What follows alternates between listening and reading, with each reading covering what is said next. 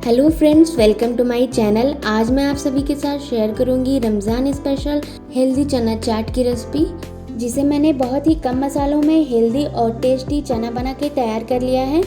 तो चलिए गाइस, फटाफट से हम इसे बनाना स्टार्ट करते हैं। इसे हम कुकर में बनाएंगे, तो इसके लिए फ्लेम ऑन करके कुकर को रख दें और इसमें 2 चम्मच तेल को डाल देंगे। इसे अच्छे से गर्म होने दें और जब तेल अच्छे से गर्म हो जाएगा तो हम इसमें 2 बारीक कटी हुई प्याज को ऐड करेंगे और इसे लाइट ब्राउन होने तक हाई फ्लेम पे ही पकने देते हैं। और ये देखिए, प्याज में लाइट ब्राउन कलर आ गई है। तो इस स्टेज पे 6 पीस बारीक कटी हुई हरी मिर्च को यूज़ कर लेंगे। आप इसे अपने टेस्ट के अकॉर्डिंग कम या ज़्यादा ऐड कर लें। अगर आप ज़्यादा स्पाइसी खाना पसंद करते हैं तो उस हिसाब से हरी मिर्च को कम या ज़्यादा ऐड कर सकते हैं। इसे भी हम 1-2 मिनट के लिए भुनेंगे। और यहाँ पे मैंने लाल मिर्च पाउडर का यूज़ नहीं किया है, तो आप भी इसे इसी तरह से बनाएं। अब मैंने 1 ग्लास चना को ले लिया था, जिसे मैंने ओवरनाइट भिगा के रखा था और ये अच्छे से फूल गई है। और जब प्याज हरी मिर्च ब्राउन कलर पे आ जाए तो हम मटर को ऐड करेंगे, साथ में 1 चम्मच अदरक लहसुन की पेस्ट को, और इन सारी चीज़ों को अच्छे से मिक्स करेंगे और ढक देंगे। हाई फ्लेम पे ही हम 5 मिनट के लिए इसे पकने देते हैं। और 5 मिनट बाद आप देखेंगे कि ये सारी चीज़ें अच्छे से पक गई हैं। और अगर आपको मेरी रेसिपी अच्छी लगती है तो वीडियो के नीचे लाइक का बटन है, इसे क्लिक करना ना भूलें। अब 5 मिनट बाद हम इसमें बारीक कटे हुए 1 टमाटर को ऐड करेंगे, साथ में कुछ स्पाइसेस डालेंगे। तो यहाँ पे मैंने आधी चम्मच हल्दी पाउडर, आधी छोटी चम्मच काली मिर्च का पाउडर और टेस्ट के अकॉर्डिंग नमक को ऐड कर दें। यहाँ पे मैंने आधी चम्मच नमक को ऐड किया है, क्योंकि हमें इसमें बाद में कुछ और भी चीज़ें ऐड करनी हैं, तो इस वजह से मैंने नमक को कम रखा है। थोड़ा सा पानी डालें और इन सारी चीज़ों को अच्छे से मिक्स कर लें और मसाला भुनने तक का वेट करते हैं। और ये देखिए, मसाला हमारा अच्छे से भुन गया है।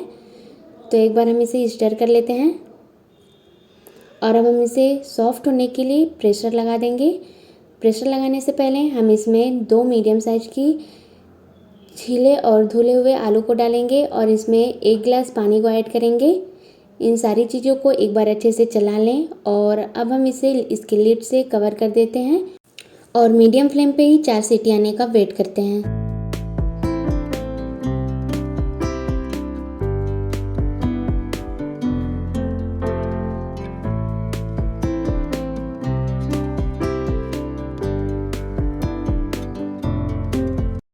ये देखिए, 4 सीटी आने के बाद थोड़ी देर बाद हम देखेंगे कि हमारा प्रेशर ओपन हो गया है। तो अब हम इसके लीड को हटाते हैं और इसमें जो आलू मैंने डाला था उसे हम निकाल लेंगे, क्योंकि अभी इसमें पानी है। पानी थोड़ा सा ज़्यादा हो गया है, तो आप इसमें हाफ ग्लास पानी का ही यूज़ करिएगा। यहाँ पे मैंने सारे आलूओं को निकाल लिया है। अब हम इसमें जो भी एक्स्ट्रा पानी है इसे ड्राई कर लेंगे। और आप देख सकते हैं चना हमारा एकदम सॉफ्ट हो गया है। बिल्कुल खड़े खड़े चने हैं और सॉफ्ट भी हो गई है, और जैसा हमें चना चाहिए था वैसा बनके तैयार हो गया है। तो इसके एक्स्ट्रा पानी को हम हाई फ्लेम पे ड्राई कर लेते हैं।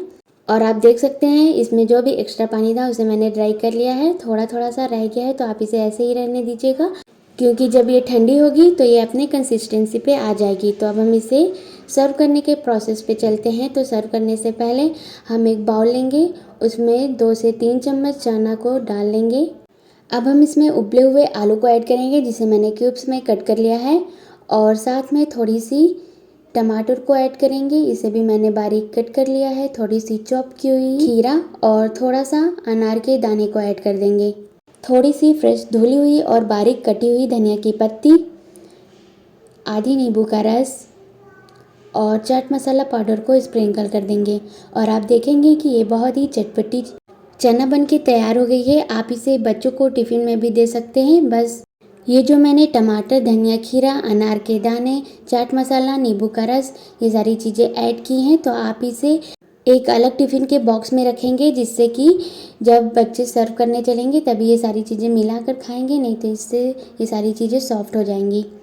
तो आप इसे जब भी सर्व करें ऐसा ही करें जैसा मैंने आपको बताया, मतलब कि ये सारी चीज़ें खाते वक्त हम ऐड करेंगे। तो अब हम इसे इन सारी चीज़ों को अच्छे से मिक्स कर लेते हैं। और यहाँ पे ये सारी चीज़ें अच्छे से मिक्स भी हो गई है और बहुत ही टेस्टी बन के तैयार हो गई है। अब हम इसे सर्व करने के लिए प्लेट में निकाल लेते हैं। और आप देख सकते हैं कितनी टेस्टी लग रही है, देखने में ही तो खाने में ही कितनी अच्छी लगेगी। तो अब मैं इसे थोड़ी सी धनिया की पत्ती और अनार के दानों के साथ इसे गार्निश कर दूँगी। तो यहाँ पे अच्छे से किनारों के साइड में धुली हुई और बारीक कटी हुई धनिया की पत्तियों को रख लें और फिर उसके किनारों पे अनार के दाने को अप्लाई कर देंगे और आप ऐसा किसी भी गेस्ट के सामने सर्व करें। बहुत ही अच्छी लगती है देखने में भी और खाने में भी। और चैनल पे नए हैं तो फटाफट से सब्सक्राइब भी कर लीजिए, साथ में बेल आइकन को प्रेस कर दीजिएगा जिससे कि मेरे लेटेस्ट वीडियो की नोटिफिकेशन सबसे पहले आप तक पहुँचेगी। मिलते हैं नेक्स्ट वीडियो में एक नई रेसिपी के साथ, तब तक के लिए बाय बाय।